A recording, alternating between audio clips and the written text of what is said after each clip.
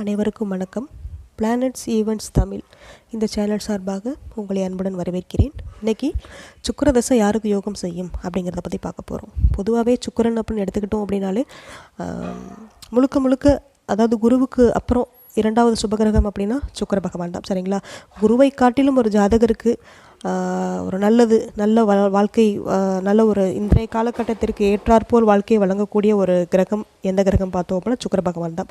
பொதுவாகவே சுக்கிரன் அப்படின்னாலும் எடுத்துக்கிட்டோம் அப்படின்னாலே அழகு, ஆடம்பரம், இப்போதைக்கு இன்றைய நடைமுறை வாழ்க்கையில் எதெல்லாம் வசதி வாய்ப்பாக இருக்கும், எதெல்லாம் நோக்கி நம்ம பயணிக்கிறோமோ அதெல்லாமே பார்த்திங்க அப்படின்னா சுக்கிரன் தான். சரிங்களா?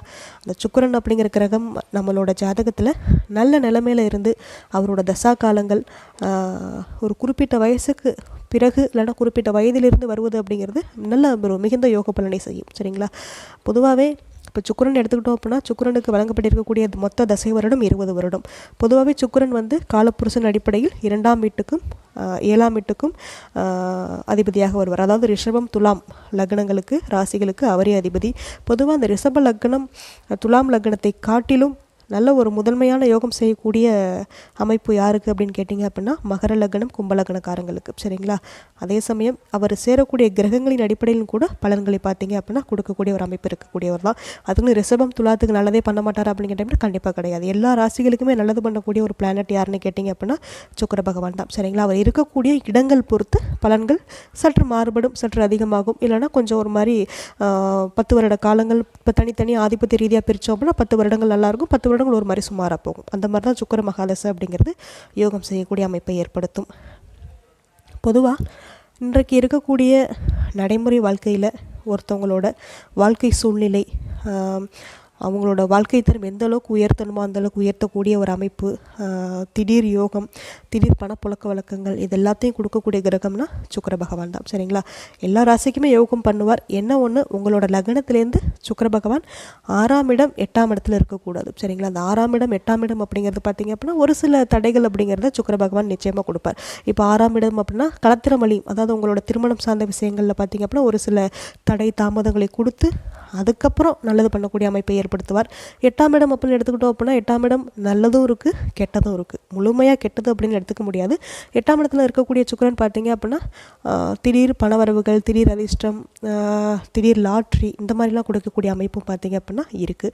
பொதுவாக அந்த 8ஆம் இடத்துல சுக்கிரன் இருக்கிறவங்க பார்த்தீங்க அப்படின்னா பெண்கள் சம்மந்தமான விஷயங்களை கொஞ்சம் கவனமாக இருக்கணும். ஏன்னா பெண்கள் சார்ந்த விஷயங்கள், அவமானங்கள், அசிங்கங்கள், இந்த மாதிரி ஏதாவது ஒரு வகையில் பார்த்தீங்க அப்படின்னா கொடுக்கக்கூடிய அமைப்பும் இருக்குது. பொதுவாக அது சுக்கிரனுக்கு இன்னும் நிறைய விதிவிலக்குகள் இருக்குது. சரிங்களா? பொதுவாக 8ஆம் இடத்துல இருக்க அப்படின்னா நீங்கள் எதுவும் மனசு போட்டு எதுவும் குழப்பிக்க வேண்டாம்.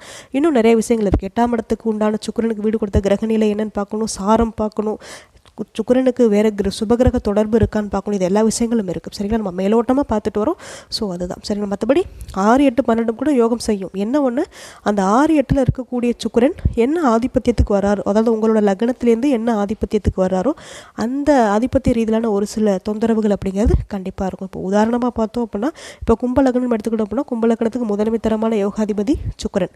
4ஆம் இடத்துக்கும் 9ஆம் இடத்துக்கும் அவரே அதிபதியாக வருவார். அந்த 4ஆம் இடமும் 9ஆம் இடமும் ஒரு சில விஷயங்கள் அப்படிங்கிறது நம்மளுக்கு இப்போ வீடு வாங்குகிறோம், பல விதமான தடைகள் வரும். 6ஆம் இடத்துல இருக்கு, இல்லை 8ஆம் இடத்துல இருக்கிறார் அப்படின்னா ஏதாவது ஒரு வகையில் பார்த்தீங்க அப்படின்னா நம்மளுக்கு அந்த 4ஆம் இடம் 8ஆம் இடம் அப்படிங்கிறது ஒரு சில விஷயத்தில் கொஞ்சம் லிங்க் ஆகி வீடு, மனை, இந்த ஏதாவது டாக்குமெண்ட்ஸ் ரிலேட்டடாக ஏதாவது ஒரு பிரச்சனைகள் அப்படிங்கிறத கண்டிப்பாக கொடுப்பார். சரிங்களா? இதுதான். மற்றபடி ரொம்ப பெரிய தோஷம் அப்படிங்கிற மாதிரிலாம் கிடையாது. சரிங்களா? திருமணம் சார்ந்த விஷயங்கள் நம்ம பார்க்க போனோம் அப்படின்னா சுக்கிரன் இப்போ நம்மளுக்கு 6ஆம் இடம் 8ஆம் இடத்துல இருக்குது அப்படின்னா அதற்கு தகுந்தாற்போல் நம்மளுக்கு பெண் பார்த்து அமைப்பது, வரன் பார்த்து அமைப்பது அப்படிங்கிறது நல்ல விஷயம். சரிங்களா? மற்றபடி சுக்கிரதசை அப்படிங்கிறது எல்லாருக்குமே யோகம் செய்யக்கூடிய அமைப்பு தான். சரிங்களா? பொதுவாக காரகத்துவம் எல்லா கிரகங்களுக்குமே பார்த்தீங்க அப்படின்னா அதோட தசையில் ஆக்டிவேட் ஆகும். சரிங்களா? இப்போ சுக்கிரன் அப்படின்னா லக்ஸரி லைஃப், என்ன தான் நம்ம ஒரு மிடில் கிளாஸ் லைஃப்பில் இருந்தாலுமே கூட சுக்கிரதசை தொடங்கி ஒரு 3-4 வருஷத்துக்கு அப்புறம் பார்த்தீங்க அப்படின்னா எல்லாமே நம்மளுக்கு கிடைச்சிரும். சொந்த வீடு, மனை, நம்ம பேருக்குன்னு நல்ல ஒரு அசையா சொத்துக்கள், காரு, இது எல்லாமே பார்த்தீங்க அப்படின்னா சுக்கிரதசையில் கண்டிப்பாக வாங்கிடுவோம். ஏன்னா அதனை நோக்கி நம்மளோட வாழ்க்கை பயணம் அப்படிங்கிற மாதிரி இருக்கும். சரிங்களா? அதே மாதிரி பணம் சார்ந்த புழக்க வழக்கங்களும் இந்த சுக்கிர மகாதசையில் பார்த்தீங்க அப்படின்னா அதிகமாகவே இருக்கும். சரிங்களா? பொதுவாகவே நம்மளோட லக்னத்துக்கு எந்த லக்னமாக இருந்தாலும் சுக்கிரதசை வருது அப்படின்னா ஒரு குறிப்பிட்ட காலத்துக்கு மேலே வரணும். 25 வயசுலேருந்து வருது, 30 வயசுலேருந்து வருது அப்படின்னா அதனோட யோக பலன்கள் முழுமையாக நம்மளால் அனுபவிக்க முடியும்.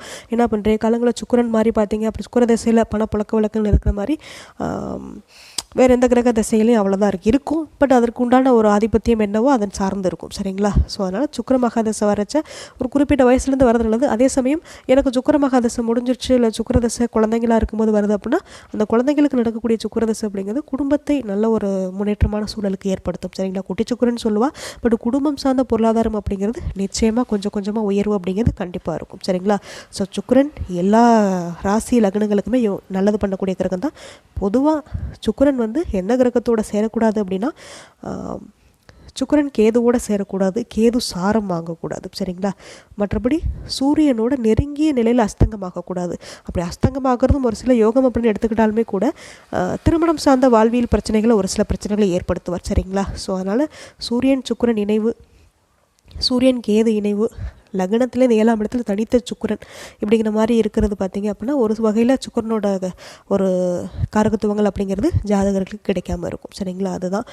மற்றபடி சுக்கிரன் பார்த்திங்க அப்படின்னா எல்லா லக்ன ராசிகளுக்குமே நல்லது பண்ணக்கூடிய அமைப்பு தான். பொதுவாக அந்த தனுசு மீன லக்னம்னு எடுத்துக்கிட்டோம் அப்படின்னா கொஞ்சம் ஒரு 60% நல்லது பலன்கள் அப்படிங்கிற மாதிரி எடுத்துக்கலாம். ஏன்னா தனுசு மீன லக்னங்களுக்கு பார்த்திங்க அப்படின்னா சுக்கிரன் ஒரு 60-70% தான் நன்மையானவர். சரிங்களா? அதன் அடிப்படையில் தான் அவங்களுக்கு பலன் அப்படிங்கிறது கிடைக்கும். ஏன்னா மீனத்தில் தான் உச்சமாகிறார், அது வேறு பிரச்சனை. பட் இருந்தாலும் ஆதிபத்திய ரீதியாக பார்த்தோம் அப்படின்னா அந்த ஆதிபத்திய ரீதியான ஒரு சில டிஸ்டர்பன்ஸ் அப்படிங்கிறது இருக்கும். காரகத்துவம் ரீதியான ஒரு சில நல்ல விஷயங்களும் பார்த்திங்க அப்படின்னா சுக்கிர பகவான் அவரோட தசையில் செய்வார். சரிங்களா? பொதுவாக இப்போ சுக்கிரனுக்கு உண்டான ஒரு ராசி என்ன அப்படின்னு பார்த்தோம் அப்படின்னா எல்லா ராசிலையுமே இருக்கலாம். உங்களோட லக்னத்துலேருந்து 6, 8, 12 அதாவது 6, 8ஆம் இடங்களில் இருக்கக்கூடாது. அதே சமயம் கன்னியில் இருக்கலாம், நீச்சம்தான் இருக்கலாம், பட்டு முறையான நீச்சபங்கம் பெற்று இருக்கணும். சரிங்க? இப்போ சுக்கிரனோட சேர்ந்து கேது இருக்கக்கூடாது, சுக்கிரனோட சேர்ந்து சூரியன் இருக்கக்கூடாது. ஸோ இந்த கன்னி ராசியில் சுக்கிரன் இருக்கையில் ஸோ இப்படியே இருந்தாலுமே கூட ஒரு சில சுபர் பார்வைகள் அப்படிங்கிறது நல்லாயிருக்கும். சரிங்களா? மற்றபடி சுக்கிரன் அப்படிங்கிற கிரகம் பார்த்தீங்க அப்படின்னா உங்களுக்கு வரக்கூடிய வாழ்க்கை துணையின் அடிப்படையில் வாழ்க்கை துணையின் மூலமாக நல்ல ஒரு செல்வ செழிப்பான வாழ்க்கை துணை வந்ததுக்கப்புறம் நம்ம ஜாதகத்தில் உயர்வு. இப்போ எனக்கு சுக்கிரதசை நடக்குது, யோகமே இல்லைன்னு நினச்சிட்டு இருந்தீங்க அப்படின்னா அதாவது உங்களோட வாழ்க்கையில் திருமணம் பண்ணதுக்கப்புறம் யோகம் அப்படிங்கிற மாதிரி நடக்கும். சரிங்களா? அதாவது தகுதிக்கு மீறிய ஒரு வாழ்க்கை அப்படிங்கிறது பார்த்திங்க அப்படின்னா சுக்கிர மகாதசையில் கண்டிப்பாக கிடைக்கும். அது எப்போ கிடைக்கும் அப்படின்னா சுக்கிரன் லக்னத்தில் இருக்கிறது, லக்ன யோகாதிபதிகளோடு சேர்ந்து இருக்கிறது, 11ஆம் இடத்துல இருக்கிறது, 7ஆம் இடத்துல இருக்கிறது, 5ஆம் இடத்துல இருக்கிறது, இந்த மாதிரி இடங்கள்ல இருந்து சுபகிரக பார்வை, சுபகிரக சேர்க்கை, குருவை தவிர மீது எந்த கிரகத்தோட வேணாலும் இருக்கலாம். அந்த நான் சொன்ன சூரியன் கேதுவை தவிர. சரிங்களா? குரு சூரியன் கேதுவை தவிர மீது எந்த கிரக சேர்க்கையோட வேணாலும் இருக்கலாம். அந்த மாதிரி இருந்து தசா நடத்தும் போது பார்த்திங்க அப்படின்னா மகா உன்னதமான பலன்கள் அப்படிங்கிறது கண்டிப்பாக சுக்கிர திசையில் கிடைக்கும். சரிங்களா? பொதுவாக இப்போ சுக்கிரனுக்கு உண்டான வழிபாடு நம்ம இப்போ பார்த்தோம் அப்படின்னா சுக்கிரன் அப்படின்னு எடுத்துக்கிட்டாலே மகாலட்சுமி தாயார் தான். சரிங்களா? இப்போ சுக்கிரனுக்கு உண்டான முதன்மையான பரிகார ஸ்தலம் எதுன்னு கேட்டிங்க அப்படின்னா திருச்சி ஸ்ரீரங்கம். நடப்பில் சுக்கிர மகாதசை நடக்கிறவங்க இல்லை சுக்கிர புத்தி நடக்கிறவங்க வருஷத்துக்கு ஒரு முறையோ இல்லை வருஷத்துக்கு 2 முறையோ வெள்ளிக்கிழமையாகல திருச்சி ஸ்ரீரங்கம் ரங்கநாதரை வழிபாடு பண்ணுவது சிறப்பு. மேலும் பார்த்தீங்க அப்படின்னா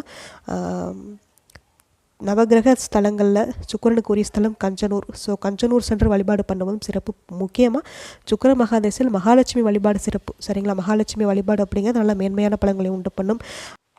மேலும் மகாலட்சுமி தாயாருக்கு உரிய ஸ்லோகங்கள், பதிகங்கள், இந்த ஸ்ரீ சூக்தம், கனகதாரா ஸ்தோத்திரம் இதெல்லாம் பாடி வழிபாடு செய்வது அப்படிங்கிறது மகாலட்சுமியோட ஒரு உன்னதமான அருளை பெற்றுத்தரும். சுக்கிர மகாதசையில் அப்படிங்கிறது சுக்கிரனோட அதிதேவரையை வணங்குறது அப்படிங்கிறது மகா உன்னதமான பலன்களை நிச்சயமாக பெற்றுத்தரும். சரிங்களா? முக்கியமாக மகாலட்சுமி வழிபாடு பண்ணுறது சுக்கிர திசையில் நல்ல யோக பலன்கள் அப்படிங்கிறது நிச்சயமாக கிடைக்கும். என்னோட இந்த வீடியோ உங்களுக்கு பிடிச்சிருந்தது அப்படின்னா லைக் பண்ணுங்கள், சேனலுக்கு சப்போர்ட் பண்ணுங்கள். மேலும் இன்னும் நிறைய ஜோதிட ரீதியாக ஆன்மீக ரீதியாக நிறைய விஷயங்கள் அப்படிங்கிறது நம்ம பேச போகிறோம். அது உங்களுக்கு மிகவும் பயனுள்ளதாக இருக்கும். நன்றி, வணக்கம்.